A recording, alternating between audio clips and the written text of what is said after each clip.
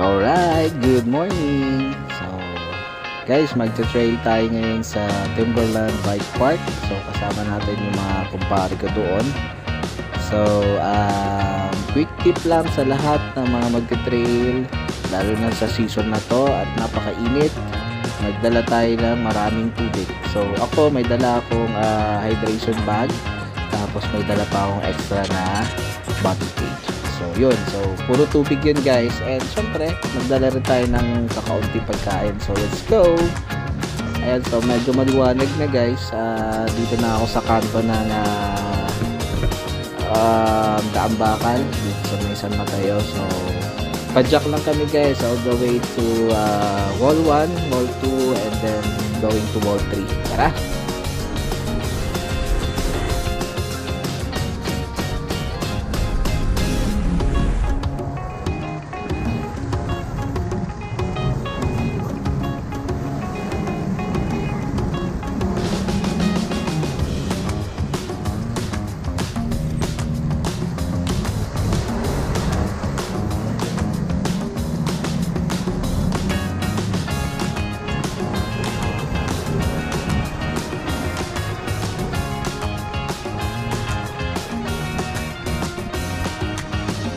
Alright, so arriving tayo sa may kanto ng Patiis Road. So, by the way guys, pagka diniretso nyo yung kaliwa na portion na yan, yung side ng Patiis Road, going yan dun sa Patiis downhill track, in which naglalaro din kami paminsan-minsan dun. Oo nga pala, nakasali na rin ako ng mga competition dun, downhill track. So, ayun, so next time, tatry natin kumuha ulit ng videos doon. So, maganda rin yung ngayon condition ng lupa. Though medyo may pagka-loose daw siya, pero silipin natin yung next ride natin. Okay? So, usapan namin, magkikita kami sa taas, sa may gate ng Wall 1 is around, actually before 6 AM. So, tara, habulin natin. Ayan, so, fast forward natin, ayun, nakikita ko na yung kasama ko. Kumpare ko yan, si Paring Jobo. Hindi niya pa alam na nasa likod niya ako, guys. So tara, sundan lang natin.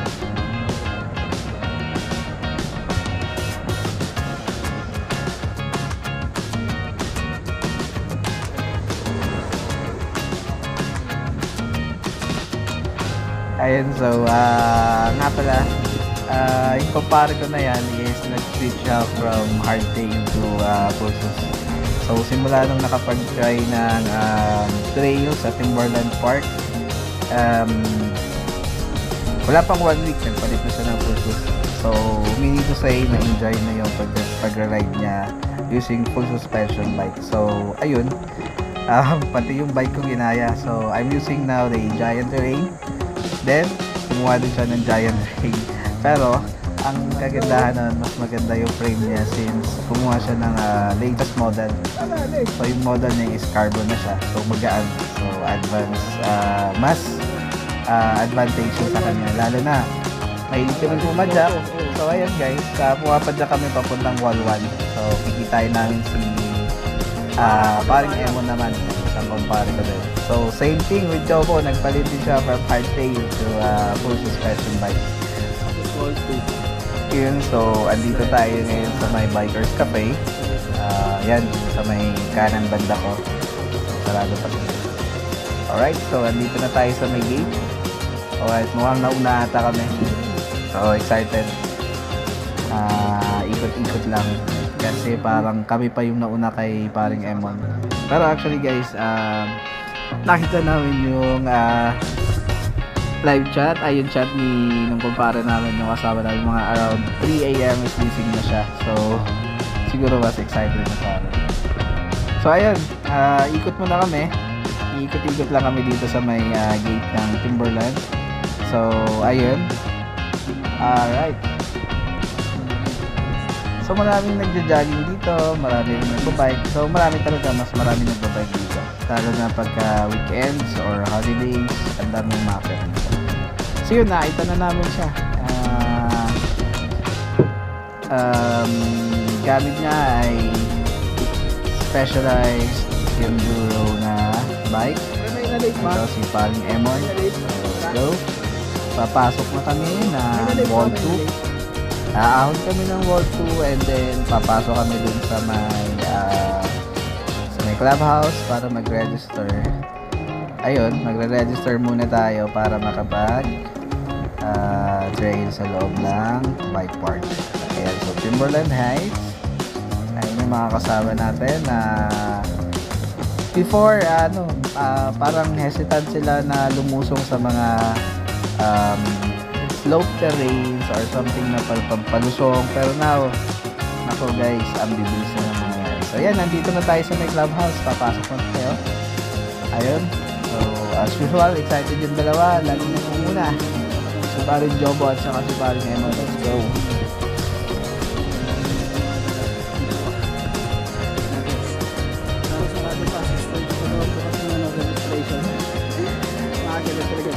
So, medyo malamig pa ngayon. Since umaga pa, halos wala pang araw. Actually, pasikat pa lang siya. So, ang lamig pa, malamig. And plus yung views dito sa may bandang clubhouse is maganda. Although, maraming puno and maganda yung landscape. So, nakaka-relax. So, ito naman yung pinupuntahan namin dito. One of the perks kung bakit kami nagpupunta sa mga trails is para makapag-relax. Siyempre, sa trabaho, minsan nakaka-stress. So, kailangan din natin mag-relax. Kailangan mag-relax yung puso at isipan natin, guys. So, yan.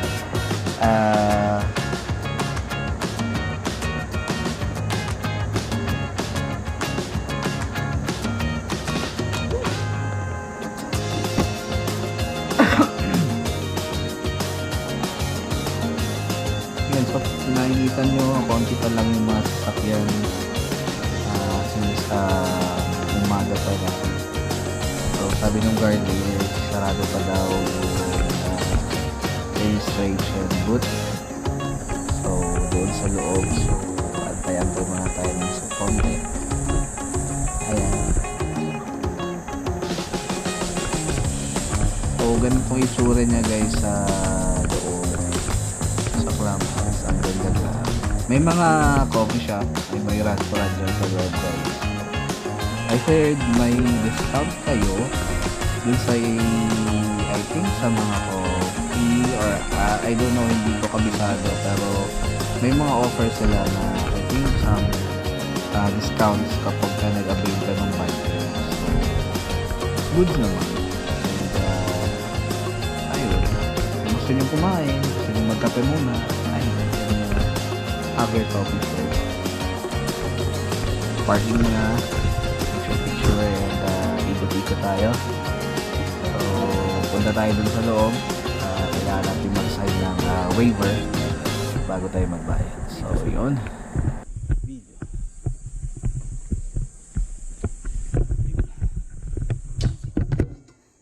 So pagpasok natin ng lobby ng clubhouse, dito siya sa may bandang right side. So makikita nyo naman guys, may maraming poster and makikita nyo kaagad kasi andun yung cashier and ayan, yung dalawa para nag-exam na. Masali na rin tayo guys. And so antay muna kami. Ayan, tapos na, nagbayad na, bilis diba? So ahon kami ng Wall 3 and yun na, start na tayo ng train. Let's go!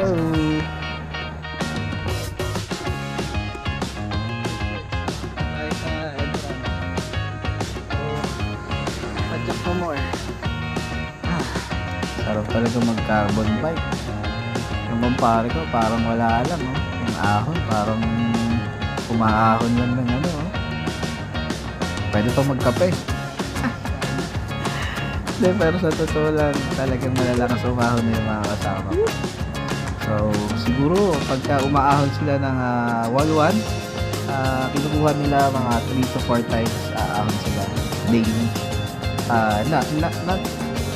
Hindi naman daily, pero pagka nakakapag-bike sila.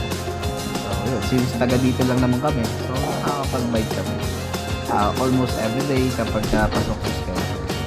So yan, so makikita nyo may mga maps. Pagpasok nyo may trail maps, so which is advantage dun sa mga hindi pa kamisado yung trail. So pero since kami nakakapasok na kami dito, I think maraming beses na rin. So medyo kabisado na namin yung mga pasikot-sikot ng bike park. Pero sabi ng mga trail builders, may mga gagawin pa daw silang improvement. So yun, abangan natin yun. So andito kami sa may launch pad. So ewan ko bakit ako nang galing dun sa may sulok na yan. So yun, start tayo. Ang plano is mag-start kami ng Enter the Dragon and then Enter the Dragon, pero sabi ni Kuya ay sarado pa. So ang open ngayon is Point Break. So Point Break muna tayo guys. Point Break and then Top Gun and then Ahon. Let's go. So mauuna ata ang hindi bang mauuna sa amin.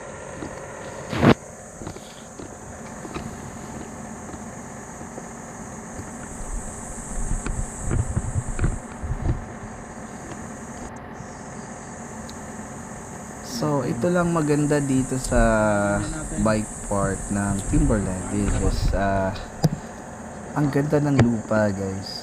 So, imagine, umulan na siya last time, I think a day before. Umulan siya ng malakas, pero kung makikita nyo guys, talagang yung lupa niya is intact and hindi basta-bastang nagpuputik, something ganun.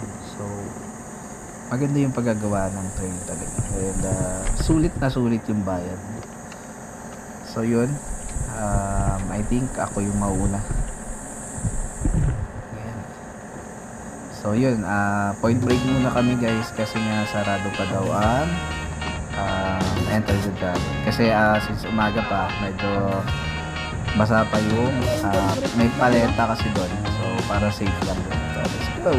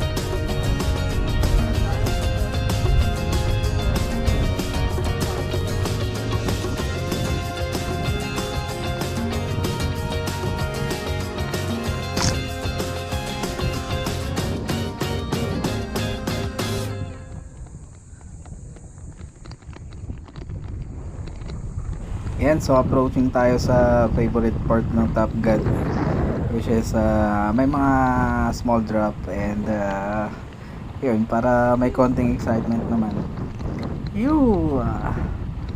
Yan, so tatlong sunod-sunod na drop yan, pero lahat yan is rollable naman. So pagdating dito may isang drop pa yan, so yan, nasa Rockies na. So lahat yun guys, rollable siya. So safe naman sa lahat ng mga gustong mag-ride dito sa may line ng Top Gun. So sa may kaliwa is Merlin, and then dito tayo sa diretso ng Top Gun. So maganda rin yung part ng pagtapos ng may mga drop. So dito bawal ba dito? rock siya, tapos ayan, ganyan, may mga birds, may birds. So Ingat lang guys kasi medyo mabago. So, ingat kayo baka ma-pedal strike kayo or something. Tapos may lusong dito. Yan, lusong tapos mga burns. Sarap dito banda. Tapos ayos dito. Masarap bumitaw dyan sa part na yan guys. Basta make sure lang na kabisado nyo yung track. Kasi syempre iwas tayo sa aksidente. After dyan may pahingahan and then yun, padyak naman.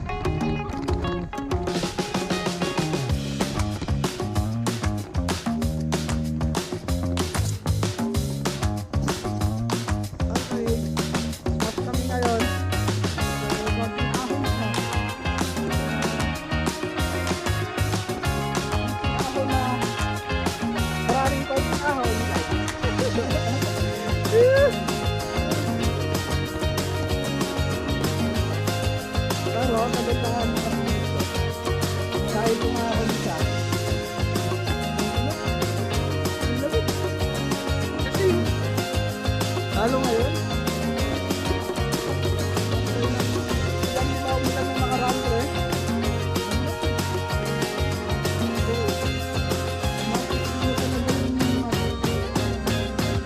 Nature ba? Sarap. Siguro mga 3 to 4 inches.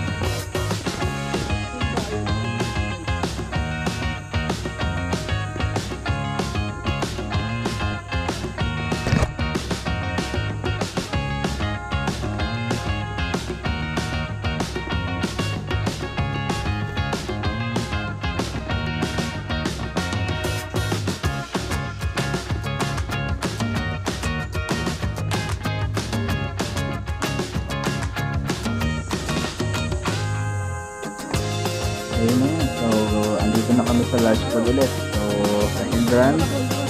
So, I think pwede na kami dumaan ngayon ulit sa Enter the Dragon. So, let's go! So, ang usapan, doon kami magpapahinga muna sa Katoy. So, may bandang pahingahan doon pero tingnan natin kung anong ganap. So, paunahin natin itong iba para paunahin natin itong mga kumpare ko natin para videohan natin. So, ang bibilis na nila guys. Enjoy sila sa bike park. And lalo na since nag-switch sila from hard pay to courses. Tapos yung terrains, ganyan. Tuwang-tuwa sila. So, yun. So, panoorin natin itong dalawang to. Let's go!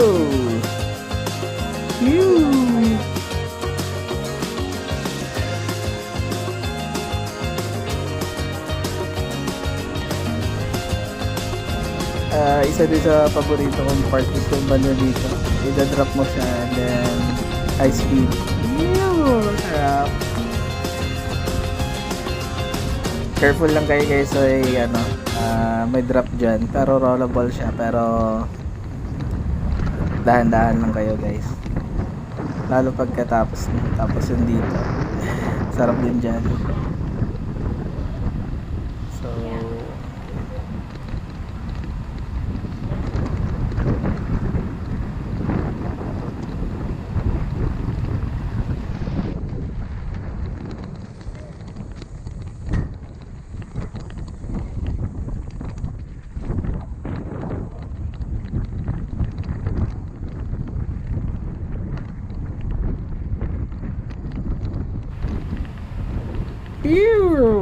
Alright, let's go. Tama yan. Bitawan na, kanya-kanya na to. Let's go.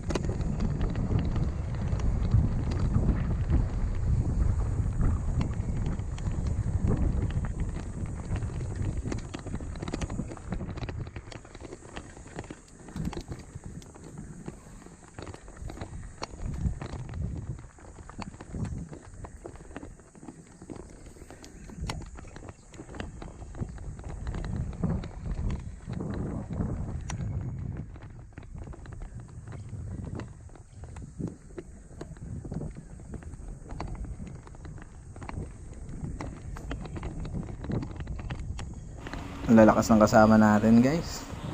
Ang usapan namin kanina, magpapahinga kami doon sa may bandang Gasol. Ayan na, so dumiretso na. Ayan, so na-excite sa Lusong. Masarap din kasi ang Lusong, guys, na may part ng Kasoy and then Lusong kayo dyan. Ang ganda ng Lusong dyan, promise. So, puro pababa siya. Mga ilang minute din yan. Siguro seconds, so mabibilis talaga. So, ang gandang para talagang mahasa yung skills nila sa pababang ganyan, sa pa-burns, paliko. So makakapag-adapt ng nagiging flexible yung reflexes mo, lalo na sa mga biglang liko, ganyan, biglang susba, and then may mga konting bulaga na drop, tulad niyan. So before, tinitignan pa nila yan. Ngayon, so talagang ang laking bagay ng bike park na katulad namin ng mga newbies pagdating sa pagra-ride ng trail riding. So yun, nakakatuwa lang kasi nakikita namin yung progression namin, lalo pagdating sa kung paano kami mag-ride. So before, mabagal kami sa part na yan kasi siyempre nag-aalangan kami. But now, lalo sa dalawang yan, ang ganda lang, ang sarap lang sa pakaramdam na, alam mo yun, so tuloy-tuloy na kayo na lumulusong and sabay-sabay nung nakikita yung progression. Magkakaibigan, yun talaga ang pinakamaganda sa magtotropa. Kumbaga hindi ko nag-iwanan. So yun lang. So see you ulit sa next ride. So medyo mahaba na yung kwentuhan natin, guys. So ride safe sa ating lahat, guys. Bye bye.